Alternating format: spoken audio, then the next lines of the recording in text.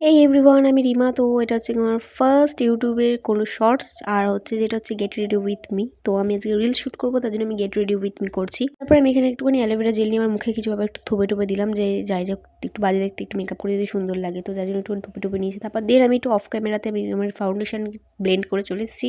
আমি অন ক্যামেরার মধ্যে আইব্রো করতে পারছিলাম না, তো দেন আমি তারপরে গিয়ে অফ ক্যামেরায় গিয়ে আইব্রোটা করে এসেছি। দেন তারপরে আমি আমার চোখটাতে এত ডার্ক সার্কেল, যেটাকে আমাকে ম্যানেজ করতে হবে, তো ভিডিওতে নাহলে তো পুরো বাজে দেখাবে। তো এই জন্য আমি একটু আইশ্যাডোটাকে উপরে একটুখানি আইয়ের ওপর একটুখানি আইশ্যাডো দিয়ে থুপে নিয়েছি। তো দেন তারপরে আমি এখানে হচ্ছে কি একটুখানি ওই আইশ্যাডো সেম আইশ্যাডো প্যালেট থেকে আমি একটুখানি ব্লাশ লাগিয়ে নিয়েছি। আর আমার ব্লাশ একটু লাল লাল হবে, উফ হেভি লাগে দেখতে আমার।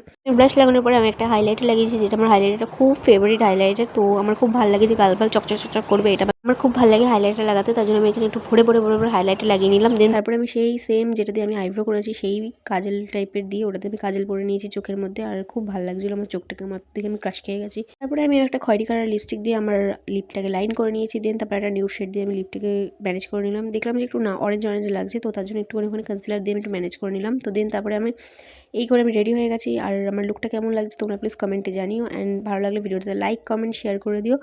আর ভালো থেকো, সুস্থ থেকো, অ্যান্ড টাটা, বাই বাই। ভিডিওটা ভালো লাগলে চ্যানেলটাকে সাবস্ক্রাইব করে দিও।